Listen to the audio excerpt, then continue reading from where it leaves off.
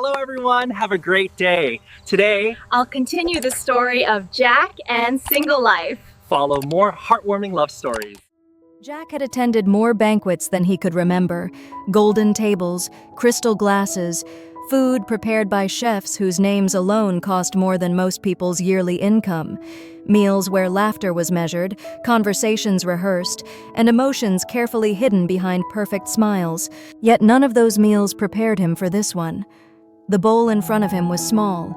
Inside was plain rice, thin soup made from wild vegetables, and a single piece of fried fish, shared between 3 people. Single Life placed the bowls down carefully, as if afraid the food might disappear if she moved too fast.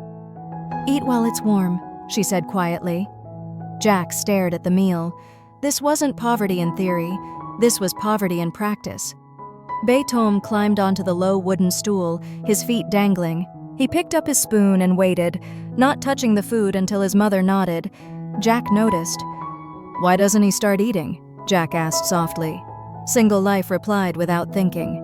"He waits to see if there's enough." Something tightened in Jack's chest. She divided the fish carefully, giving the largest piece to Beethoven, the smallest to herself. Jack watched her hands, steady, practiced, without hesitation. "You don't like fish?" Jack asked. "I do," she answered calmly. "But he needs it more." Jack felt his throat close. They began to eat. The sound of spoons against bowls filled the silence.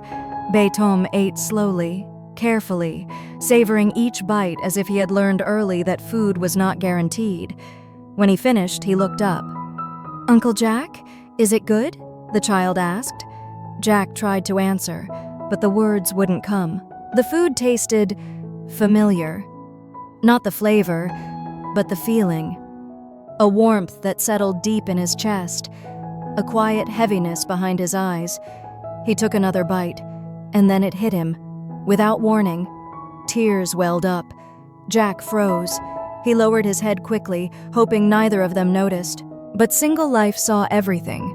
She said nothing. Jack's hands trembled slightly as he set the spoon down.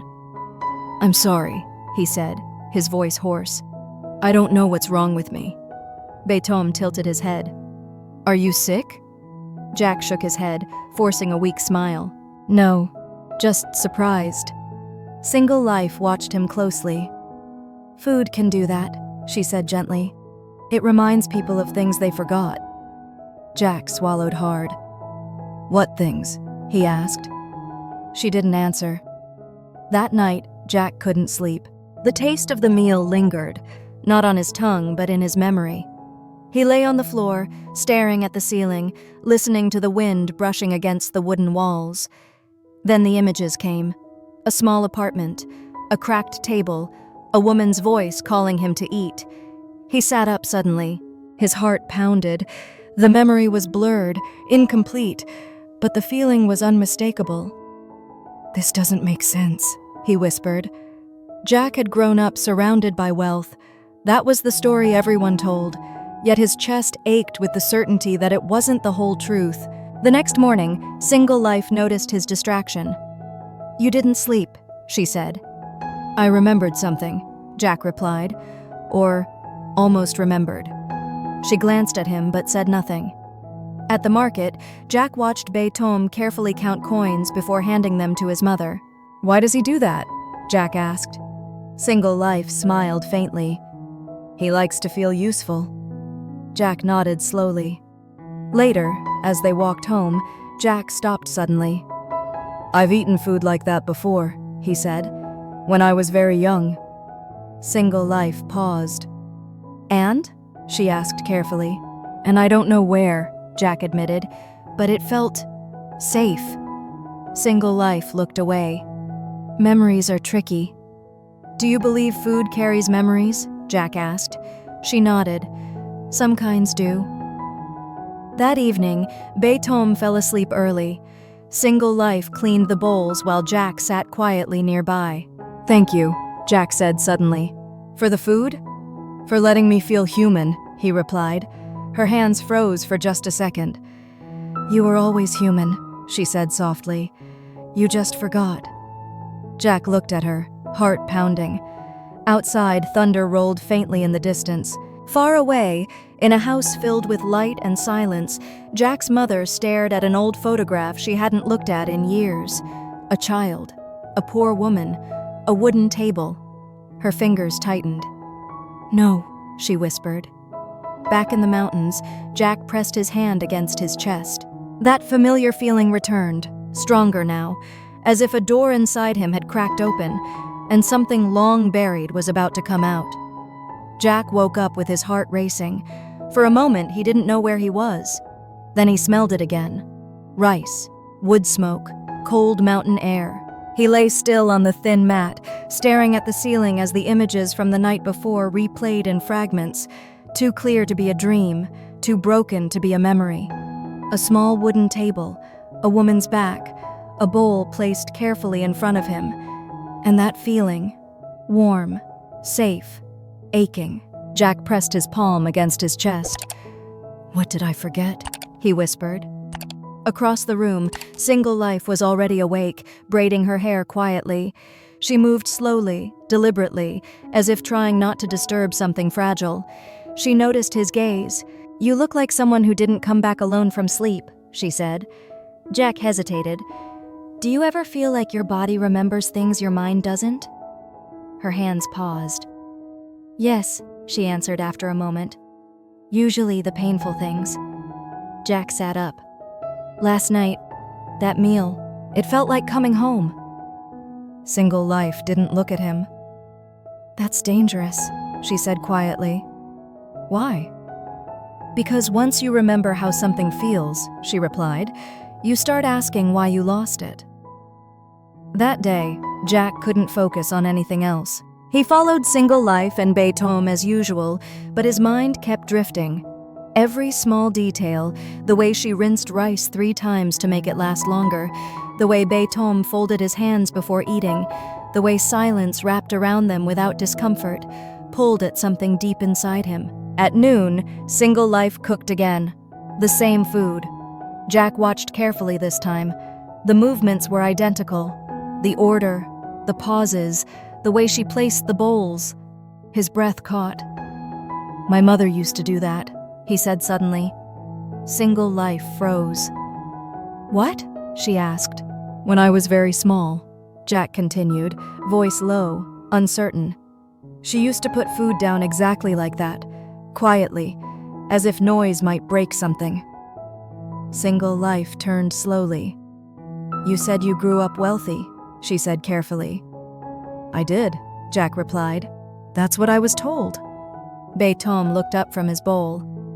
"Uncle Jack, are you sad again?" Jack forced a smile. "No, just thinking." But inside, the certainty was growing. Something in his life had been edited. That afternoon, Jack walked alone through the village. He stopped at an old wooden house near the edge of the fields. An elderly woman sat outside, peeling vegetables. She looked up at him, squinting. "You're not from here," she said. "No," Jack replied. "But have I ever been?" The woman chuckled softly. "We all pass through places we don't remember." Jack hesitated. "Do you remember a woman who lived here, many years ago, with a child?" The woman studied his face more closely now. "Why do you ask?" "I'm not sure," Jack admitted. She shook her head. "Memories in this village don't disappear. They just stay quiet." Jack felt a chill crawl up his spine. That night, the rain returned again. Single Life cooked in silence. Beethoven ate, then curled up to sleep early. Jack waited until the child's breathing evened out before speaking. "Single Life," he said softly. "Yes?" "Did you grow up here?" She nodded. "Not far." "And before Beethoven?" Her shoulders tensed. "I was younger," she said, "and more foolish." Jack chose his next words carefully. "Did you ever live in the city?" She laughed, short, sharp. "The city never wanted me." "But you've been there," Jack pressed. Single Life turned to face him, eyes guarded. "Why are you asking this?" "Because I think I've eaten your food before," Jack said. A long time ago. The room went very still. That's impossible, she said immediately. Is it? Jack asked. Or just inconvenient? Her jaw tightened. You're imagining things. Then why does it feel so real? Jack demanded quietly. Why does my body recognize this place? Single Life looked away. Some questions don't bring answers, she said. Only pain. Jack stood. I'm not afraid of pain. She finally met his eyes. You should be, she said softly. Later that night, Jack dreamed again. This time the memory came clearer. A woman crying softly at a table, a child's hand reaching for food, a voice saying, "Eat, even if there's not much." Jack woke up gasping. He sat up abruptly and saw Single Life sitting beside Bei Tom, watching him. How long have you been there? He asked. Long enough, she replied. Jack's voice shook. Tell me the truth. Single Life stood slowly. There are truths, she said, that change lives the moment they're spoken. I'm already changed, Jack said. She closed her eyes briefly. Before she could answer, a sound cut through the night. A car engine, low, controlled, expensive. Single Life's blood ran cold. Jack heard it too. He walked to the window. Headlights pierced the darkness at the edge of the village road. Not villagers, not lost travelers, city cars, black, familiar.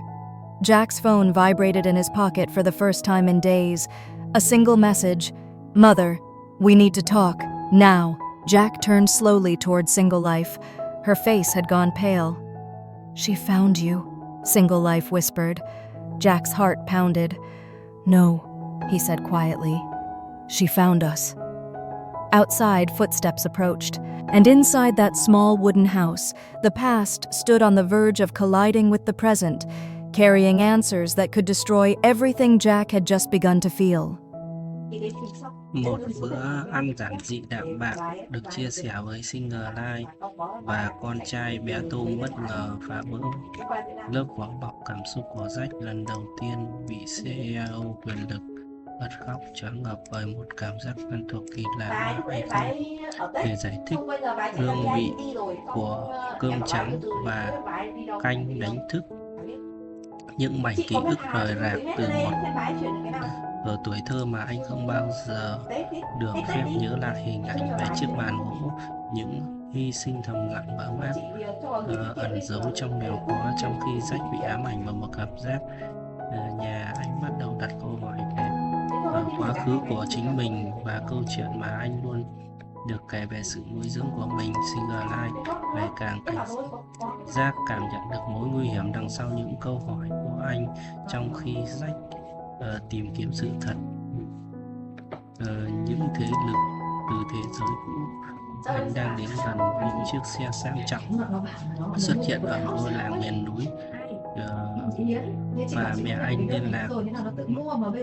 Sự bình yên mong manh tan vỡ, quá khứ trỗi dậy như giọt thơ bay, những bí mật có thể phá hủy mọi thứ mà Jack đã bắt đầu cảm nhận.